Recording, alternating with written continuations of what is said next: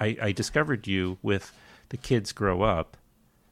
That was when I first met you. Was really? With that film. Oh, it wasn't 51 Birch Street? No. Huh. Interestingly, I went back and watched it. Okay. But yeah, so we haven't known each other quite that long. But Okay. I remember Homepage being something that came up in the earlier conversations. This is our third time. This is the third time you've been on, because you came on once with Michael Rosado Bennett not that long ago. Yes, a very memorable one. This will be a much more sober, reflective interview. I hope so. That's the idea. The film, which you made in 98? Homepage. Filmed in 96. Okay. It edited, Right. fundraised, Post-production? edited, and then premiered at Sundance in 99. Okay. Thus, the 20th anniversary. Okay, so it did. So and then Sheila Nevins put it on HBO, correct? Was that after that? Yeah. Okay. I mean, world premiered in January 99 at Sundance. It did. Right. It had a very unusual, Yeah. I would dare say, revolutionary distribution initially. Tell me, because the distribution has changed so dramatically in the last 20 years.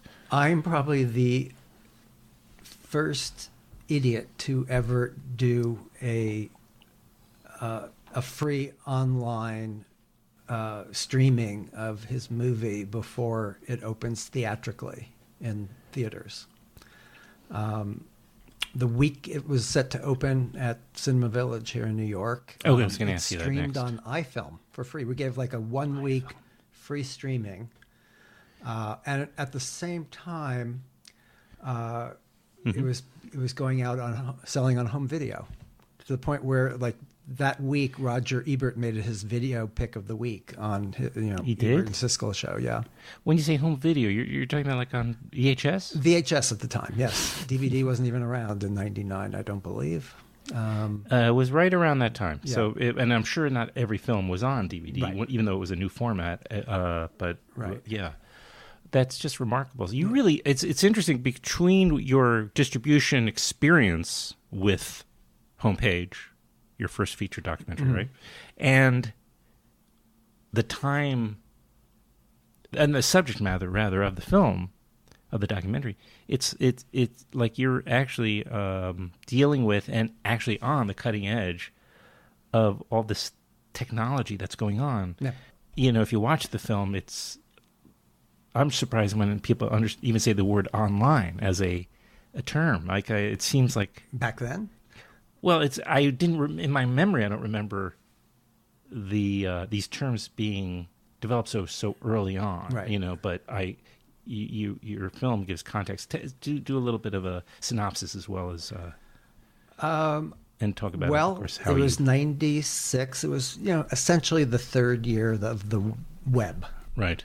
And I was really fascinated by email and, which was a new thing back then too. And Sure. was clearly changing the way we interacted as humanoids. Right. Just the speed with which a relationship could like fire up, and the back and forth nature of it. I thought was really fascinating. And then what people were doing online seemed really, really new and different and revolutionary and full of potential. And so in 96, already thinking I might have been too late to the party, and missed the boat and whatever other cliche I can think of about, not being in early enough. Not being an early adopter. Thought I would set out to explore this medium of the internet. And I set out to find whoever might be doing the most interesting stuff on the internet. And I wasn't interested in who was going to make the most money or make the best potential, commercial use of it. So I gravitated almost immediately to these things called homepages, now known as blogs, but it didn't have that term yet, and we didn't know quite how to define it. Personal homepages, Right. online diaries. Right, whatever you a wanna lot of call it. things fell under that rubric, but There's sites like, let me see, Todd's Gallery of Pathetic Human Regret. Crudely made. Days and Nights of Me and My Dog. Yeah. Because, of course, we didn't know what the internet was going to become. We look at it now, and one way to look at it now is to see it in your film, how crude these sites were, even though they were staggeringly new and world-changing at the time. And no one can take that away. What I really admire about watching the film is like how perceptive you were, and maybe it was just all on instinct, or maybe you just knew. I don't know, but maybe I'm just a perceptive guy. Maybe you are, and that's what makes you a good documentary filmmaker and storyteller. But here's the thing: what the film does, again, it's called Homepage, is that it really it shows how early on people were willing to put it all out there, to bare themselves, and to be intimate and to give up the privacy.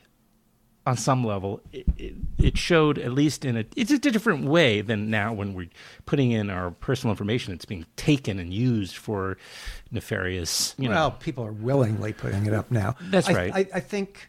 But it was just to say that the film, it's like this early sign of so much that I don't see how you could have known. Well, there were certainly hints that this is the way things were going and heading. I mean, I couldn't foresee Facebook or Twitter or Instagram or any of those social media platforms where they made it so simple for you to do it. I mean, back then, even YouTube was years away. Yeah, you had to know coding, and you had to really know your stuff technically. You had to understand HTML, and that's why a lot of the early cyber stars were web designers. Interestingly enough, they had to know how to build the site. Then along came software eventually that made it really easy to put up blog posts. Anyway, it wasn't. Yes, I was very drawn to these personal sites, and some people were sharing quite significantly, intimate details about their lives, but some were better. And then we're going to draw the connection to you as a filmmaker, because there's that. There is that. Well, go ahead. But some were far better at it than others. I mean, not everybody's life was interesting, and certainly not everybody could write about their life in an interesting way. And when I came across Justin Hall, this kid, a 21-year-old Swarthmore College student, who everybody kept telling me, had the most fascinating site. I kind of knew I was onto something, that, what I was looking for was somebody who personified the internet, who kind of lived it and looked it, and whose mind raced at the speed of the internet. Mm-hmm. And then I took one look. I met him and took one look at him, and his hair cascading up to 3 feet in the air and down. I kind of knew I'd found my main subject. Yeah, it's interesting. Justin Hall, who is, if you just Google him, you can learn a little bit more about him, because he is like an early star of the internet, and in person he is somebody who seems to enjoy attention and seeks it, but he's also hiding. There's this dual thing that's going on where on one hand you can be autonomous, or anonymous rather, because you're hiding, there's no person there. But on the other hand, he's putting all of his life out there and on his homepage and publishing it for the world to see. He was trying to create intimacy in a very public way. Yeah, I mean, that's he really the wanted dichotomy. I can't quite. Well, it was the central conflict that I found so interesting. I mean, he wanted nothing more than to find, some relationship that was, where he could be completely intimate with somebody, and yet he was doing something that made it pretty much impossible for him to achieve that, which is he would write about whoever he came in contact with, and whatever they did together or said together was fair game for his blog. And some people didn't appreciate that, and some people weirdly really appreciated that. Yeah. I filmed a scene early on where one of his girlfriends on campus talked about being, sort of fodder for his cyber art, and admitted that she would go on his site, every day to read about the status of their relationship. And I asked her if she wanted to go on. I have this scene of her going on trying to find out what Justin had written about her that day. And I just remember thinking at the time, this is really weird. I mean, I can't imagine somebody has ever shot a scene like this in a film before, because No. it's such a new way of interacting with this new medium. And now, what's so interesting is looking back from a perspective of 20 years to see how commonplace this is. Every day we go on, who's liking my thing, and who's saying something nice about me, or what are they saying about me here, or what's my feed. It's astonishing how someone who is so far ahead of his time that he kind of put off significant amounts of people with what he was doing, is where the culture is now caught up and, kind of left him in the dust. Lest we forget, this is still a Doug Block film, though, even though there was no such thing until this was made unless you're... Well, it was the second film I made. Your second film. The Heck with Hollywood. The Heck with Hollywood, that's right. Film. Was that a feature, too? It was a feature, but it was not a personal documentary. Okay, all right. Yeah. All right, so this kind of established, let's say, what a Doug Block documentary is. We now know it. Yeah, that's where I stuck myself in it. Yeah, yeah. And also one other part of the film, which is also, I think, very prescient, is that you looked at also how overwhelmingly attractive that being online was, and how it would create compulsions in many people, and you brought in your family in that aspect of that, right, with your daughter who even says that she prefers going online to TV, Yeah. and also your wife Marjorie's in the film. My parents and your parents, and your father's another one who also got sucked into the vortex, as it were. How that all evolved, because I never went into it with the intention of either being in it or any of that stuff. But so the idea was it was going to be more of a verite look. Yeah, I mean, look, I didn't even have a fully formed idea going into it. I again, all instinct.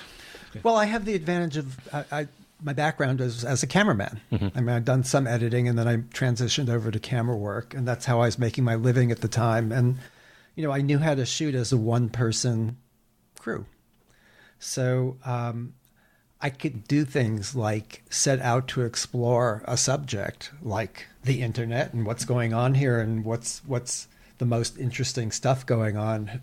I just sort of had this vague notion that I wanted to find the beating heart of the internet.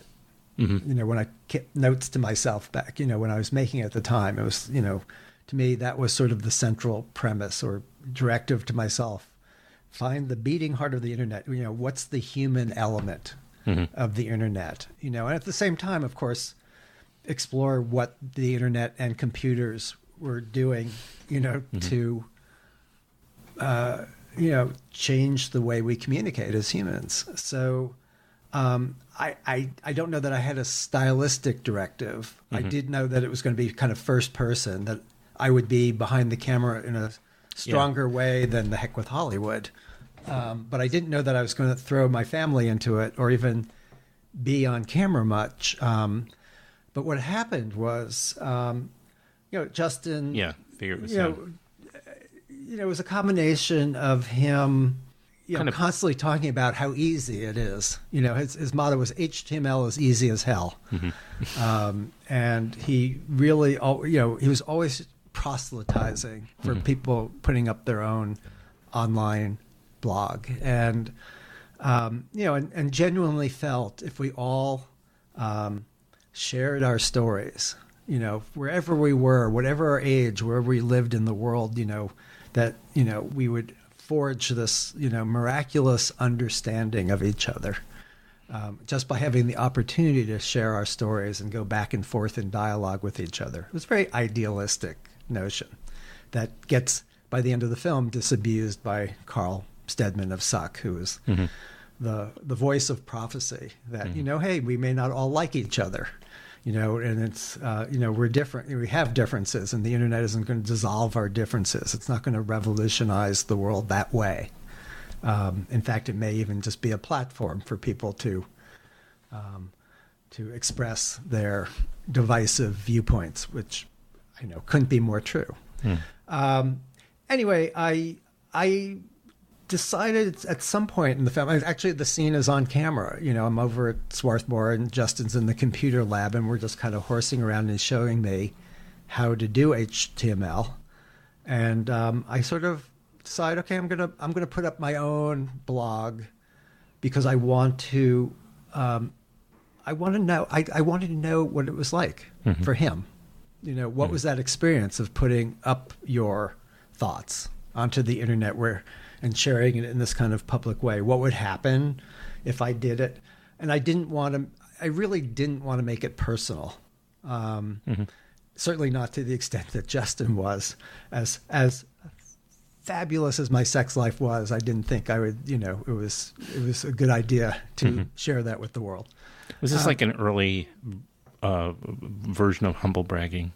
Was his blogging? Was he blogging? Was he also just strutting and showing off? Like it was everything. I mean, he grew up he was just throwing everything out there. And he was a good writer, and he had a stylish writer. Oh, he was really good. And I wouldn't have followed him if he wasn't a serious person underneath it all. Right. And I mean, he was brilliant. He was a brilliant guy, and funny and charismatic and witty, and just good company. Quick. Perfect camera subject. Right. Anyway, what happened was I decided for this blog of mine, which I immediately called the D word. I would keep it focused on the documentary. D stood for documentary, but it also stood for Doug, and it would be the D word being my word on documentary. I really kept it focused on the experience of making this film, Homepage. I don't know if I was the first, but if not, I certainly didn't know anybody else, any other filmmakers who were doing this. But I know later on filmmakers started keeping blogs about the making of the film while they were doing it. Sure. I took it very seriously. Like every week or two, I would put up a long blog post, and I would just talk about where we're at. If we're funding issues coming up. How just trying to figure out what the story was with Justin. Sure. And what was interesting about that was filmmakers never wrote about the making of their films unless it came out and was successful. It was always from the vantage point of, well, there's no real suspense because we wouldn't even be reading about this if your film wasn't successful enough to be coming out and opening in some theater. So I thought, wow, this will be really interesting because I don't know how this will turn out. I think it will be good. I think it's a good idea. I think it's an interesting idea. But, there's always those points in a filmmaker's process where you kind of forget why this was even a good idea to do it. You can't see the forest for the trees. And it's like, what was I thinking? And, will I ever get funding? And why am I up till 3 a.m. writing about this when I should be sleeping and making the film? And why did I think doing a blog at the same time was a good idea? All the stuff, all the insecurities and anxieties that come up while making a film, I thought, that will be my own self-revelation. Justin can talk candidly about his personal life. I'll just talk about, candidly about the making of the film. And by the way, not all just the anxieties, also what's great about making, what's exciting and what's working. Thrilled me, the joys and angst of making films. And I really wanted to direct it towards other documentary filmmakers in specifically, but filmmakers in general. We all go through indie filmmakers. Go through very much a similar process. So I thought, in real time that would be great. And Justin kept going. Like he kept telling me, well, put it this way, inevitably it got more personal. I couldn't help it. I mean, it was over a 3-year period, and the blog it's hard to raise. Lucy was 6 when I started the film, 9 when it came out. So she's going through a very formative period, and she's very curious about the internet. And I was tell stories about her, and as my blog got a little more personal. Actually, what Justin predicted happened. He said the more personal it gets, the more attention will be paid to it, the more people will discover it and like it. People really like this sharing of personal stuff. And it was true. The more personal the blog became, at one point the New York Times contacted me shortly, like in year 2, and said, we're doing this whole new section on technology. And we find what you're doing with your blog and film very interesting, and we'd like to do a story about it. Mm-hmm. And I thought, wait a second, normally you kind of wait until your film opens before having your big New York Times article. But I just thought, this is all so new and different. I should just go with it. Mm-hmm. I mean, if these things happen, let's just go along with it, even if it defies the norms of movie making convention. Right. And so, in other words, you're 2 of the 3 of the production. You're saying that the New York Times, you had already been working on the writing in this blog, the D word, for a year or so. At this point, I'd filmed, I'd filmed almost all of the material. Mm-hmm.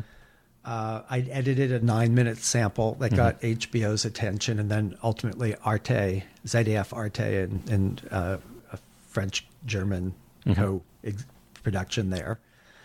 And we were just, starting to edit. And meanwhile, I'm blogging all along about this, and they picked up on it, and we go, all right, let them. Your timing as emerging as a documentary filmmaker coincides with the birth and the explosion of the internet. So it's you're known as this early generation of personal documentary filmmakers, but I see that part of your pioneering, if I could be so bold, is actually the D word. I mean, that's right there with it. Well, the D word the D word influenced the film becoming more personal. Yeah, which influenced your whole sort of approach to filmmaking, at least for the next few films. Sure. Well, some really interesting things happened. Because the people I was focusing on the film, it wasn't just Justin, it was some of his immediate circle, friends, colleagues, but all these kind of outliers. They had successful, notable websites, but a lot of them were, geeky web designers, and they weren't exactly normal people. It wasn't like being on Facebook now, where everybody has something up. And I just thought, wow, they're all if all I do is show them, they're all going to seem normal after a while, because you have nothing to contrast them to. That's when I thought of, I guess I must have spent the weekend at my parents' or something, and found them noodling away at the computer or something. And I just thought, my family, they're all just beginning to get into email and the internet. I asked Marjorie when I interviewed her, the first question is, what do you, what is the internet? And she's going, well, I don't know. I have to go back to these notes I took when I took that course, but I think it's like this interwoven network of, her definition was actually pretty good. Yeah, but we were all everybody's just trying to find the language, figure it out. Yeah, to make sense out of it, and to make order of all this. That's. And Lucy took to it like a duck to water, because she was 6, 7 at the time. That's right. So So anyway, I just thought, okay, that's an interesting contrast. And something happened that really stuck with me after the film came out. Went to Sundance. It was very exciting, and I thought it was well received. I knew it was going to be on HBO in the fall, and we were, it would be what it would be. But I was really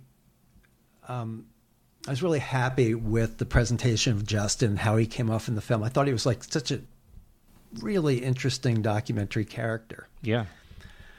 And I remember the film after Sundance, it went to Rotterdam. And my friend Wendy Lydell, who was a distributor at the time, was over there. And I remember asking her, did you see the film at Sundance? Yeah, what do you think of it? Well, she goes, your main character was really off-putting. I went, what? I just was like shocked. Yeah, right. And she says, but your family was great. I said, what? Are you kidding? I was like doubly shocked. Yeah. And years later, when, I was just thinking about doing 51 Bird Street, that all came about as some weird, long story accident. I wasn't really even filming the movie until my father was selling the house. Was 2 weeks away from the movers coming and leaving the house. I mean, it was that far along. And I remember the moment when I decided that was a film. I asked him if he missed Mom, my mother, who had died the year before. I mean, he quickly remarried a former secretary, and they were, they sold the family home, about to move down to Florida. Do you miss Mom? He goes, no. And in that moment of shock, I remember not only thinking, wow, you think you know your parents, but you have no idea, and realizing what a universal idea that is. I remember having shot footage with my mother, so it wouldn't just be my father telling the story. And I remember Wendy Lydell saying that my family was interesting. I'm thinking, wow, somebody thinks my family's interesting.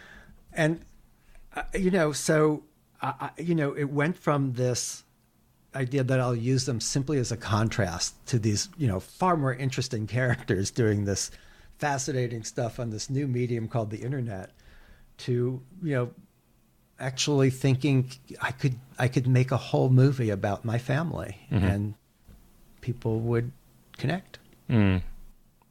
Yeah. I mean, even your subject. So, I mean, Justin was kind of like all about read the blog, It's not about me. It's not about me is, he's more interested in attention to what he's writing in a way. Don't you think? I Where don't is know. he now? I think he was he's in San Francisco now. Okay. And married, has a 2-year-old kid. And he's a middle-aged guy. A budding entrepreneur, and I say budding because his company is bud.com. They are a cannabis delivery service. Mostly in the Bay Area, but servicing all of California. And so he's had bud.com as a URL since 1994. Said Budweiser made him a $50,000 offer years ago that he turned down, figuring it would be worth more someday. Well, see, you can't get more prescient than that. Nope. Anyway, the other moral of this whole story is at the end of the distribution phase of Homepage. After 3 years of blogging endlessly about my own experiences making the film and then getting it out into the world, and frankly getting quite tired of it. Being on this virtual soapbox. I was talking with a friend who knew a lot about virtual communities, and I had learned some filming with Justin, working with Howard Rheingold, who literally wrote the book, The Virtual Community. And, we were just talking one day in the fall of 99, and I said, documentary filmmakers would make a really, really good virtual community. I mean, they're generous about sharing information and experiences, It's not dog eat dog like I perceived the fiction world to be. People go into documentaries not expecting to make, less become famous or competitiveness. make a fortune. So less competitiveness and, Yeah. gravitating towards being secretive Right. and all that. Plus, here I was living in New York City, and still feeling like, I made the film in relative isolation. Well, how must people who are well outside of a city or in, some small country somewhere where there's no film community whatsoever, what must they feel? And so, this friend of mine just said, well, we can actually lease out a little sub-community from Howard Rheingold. We could have it up tomorrow. It wouldn't cost much at all. And I said, let's do it. And the next day, the D Word was reborn as a virtual community. And here we are 20 years later. We now have over 17,000 members from 130 countries. And it is by far the most successful documentary community online, but one of the more successful virtual communities going. So that is like, every day I'm astonished that this came out of that kind of whimsical conversation, but it wasn't. It was something that built up over the 3 years of making the film. Yeah, so it wasn't right. You had time to kind of figure it out and think about how this could work and be appealing to people and why it might be a real sort of thing. Well, after 3 years, I became a blog where I tried to inspire and depress other documentary filmmakers about the process. I figured, why not let filmmakers inspire and depress each other? And that's what we've been doing for 20 years. And now it's 20 years, as you said, and the film is going to, for the first time, be available as through a conduit of its own subject matter, which is it has not been available through streaming on demand until now. No. In fact, it hasn't been available at all. Once it aired on HBO and did its little 1 week run in Cinema Village here in New York City. Cinema Village, it was streaming online for free at iFilm, and then we had a home video run where we got to be Roger Ebert's video pick of the week as we were opening in the theater and getting our movie reviews. It was an odd form of distribution that I don't really recommend, but talk about collapsing windows. I mean, we completely obliterated the windows. Yeah, I've heard of other similar type of weird things along my journey here. Anyway, at that point, after it did its little 1 year run on HBO or Cinemax or whatever outlet HBO was, showing it on, that was it. The home video run didn't really last because the company folded. Big Star, I think they were called. In fact, if you tried to order it, Roger Ebert gave out the phone, the URL where you could order it. And apparently anybody who tried to order it online got notified that it was out of stock. Okay. So I don't think we actually made any home video sales. I have a box of VHS tapes that I'm happy to sell off.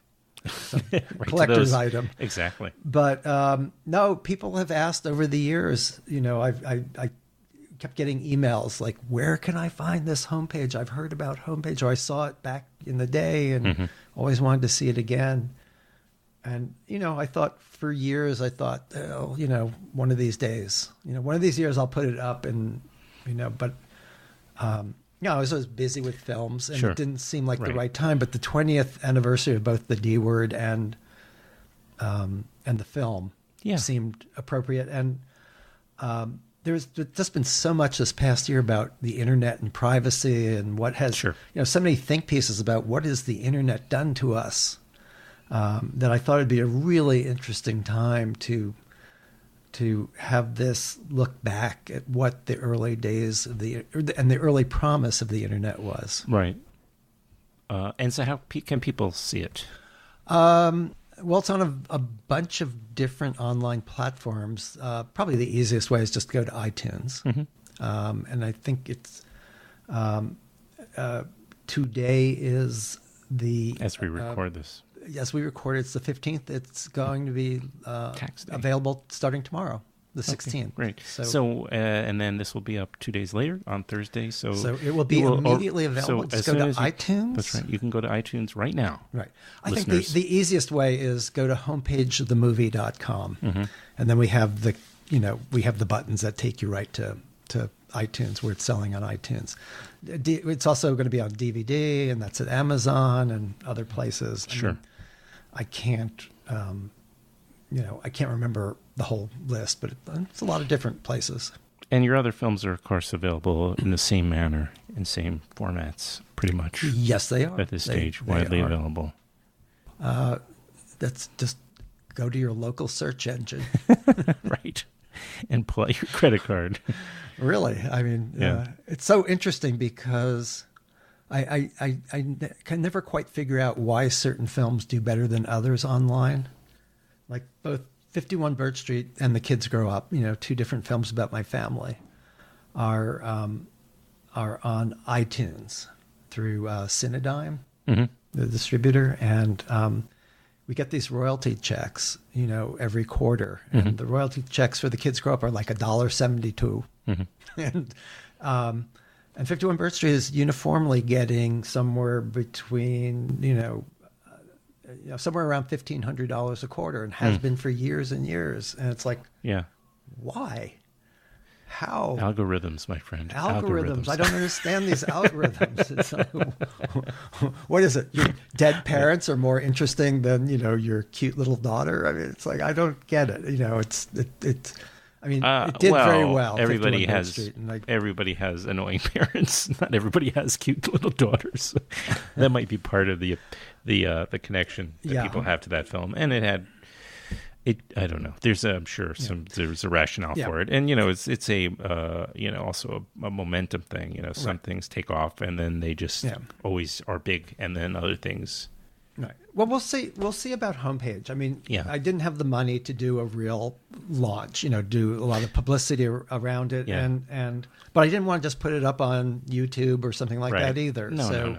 Yeah. We got. I was surprised at the interest from distributors. This company, Passion River, picked it up, and Passion River. Wow. Yeah, and there's been a lot of interest in it. Good. I mean, I think, for one thing, Justin has become quite a notable historical figure. I mean, the New York Times, has called him the founding father of personal blogging. For sure. And they were all, so many of the figures in the film that were, that I got to through Justin, went on to have really influential early sites. So it's, it's both a kind of really interesting time capsule of the early internet. But it's, it's really interesting to see where we are in order to kind of measure out where we've come to. Sure.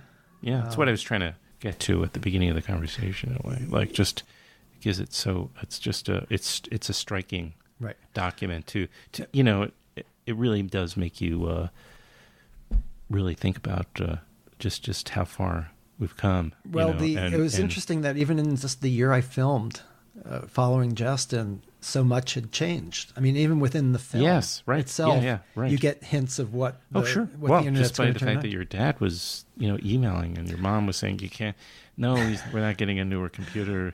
But just how quickly, like the technology was moving so quickly. Right. I mean, that there just was no way of keeping up with it. It took a really long time until broadband became, just I don't want to get too far. Carl's saying that the people doing the most interesting stuff on the internet are now being sucked up by, Time Warner and corporate companies. The early corporatization of tech. And it didn't take very long. The early webheads are being exploited and getting cracked wrists, It was so interesting because the year it played at Sundance, 1999, I think homepage was, a little bit ahead of its time. So that year, you're the but- only film on the subject, and then I assume the you're next saying year was the year of startup.com. oh, which is of course a and big Park yeah. City, the main street was lined with Winnebagos of .com companies giving out their swag and goodies. And, Right. I think where the waves come in, I was just as the wave was going down, and the new one was about to come in and flood us all. Right. Anyway, it's really been fascinating to re-release it and just see the reviews and articles about it have been like uniformly great, which is. And you're on Filmwax really Radio again, for God's sake. Well,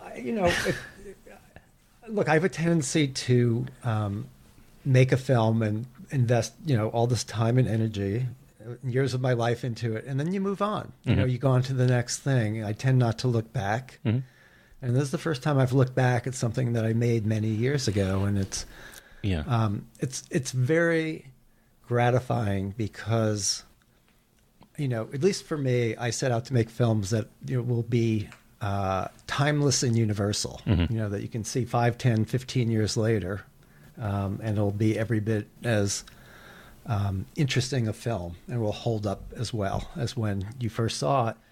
What's different about Homepage, I think it's actually far more interesting now than it was then. Makes sense. Because of the historical, nature of, looking at this medium at a very early stage. Yeah. So. Exactly. Again, Homepage is available on I'm going to say most major streaming platforms, probably most conveniently iTunes. Check it out. And we'll do this again, for any reason, of course, but certainly by the next film, your next project. Great. Thanks. Thank you.